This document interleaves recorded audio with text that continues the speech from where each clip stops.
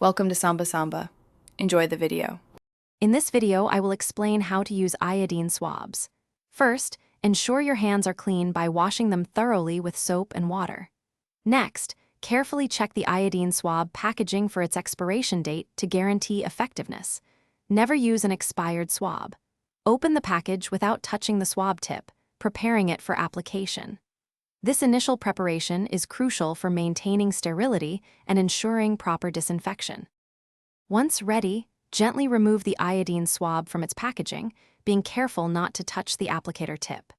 Begin applying the iodine to the skin in a circular motion, starting from the center of the area you wish to disinfect and moving outwards.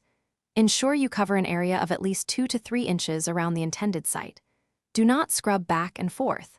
Allow the iodine to air dry completely. Do not blot or wipe it off, as this reduces its antiseptic properties. After the iodine has fully dried, you can proceed with your intended procedure, knowing the area is properly disinfected. Immediately dispose of the used iodine swab in a designated waste bin. It's important to monitor the treated skin for any signs of irritation, such as redness or itching, especially if you have sensitive skin. Always avoid direct contact with your eyes or other mucous membranes, as iodine can cause discomfort. If contact occurs, rinse thoroughly with water.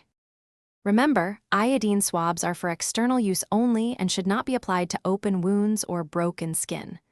Always store your iodine swabs in a cool, dry place, away from direct sunlight, to maintain their efficacy. If you experience any adverse reactions, discontinue use and consult a healthcare professional. And hey, while you're taking care of things, why not treat your car too? Check the description for a link to Little Tree's black ice and other great deals to keep your ride fresh and clean. Thanks for watching. Consider subscribing if we helped you.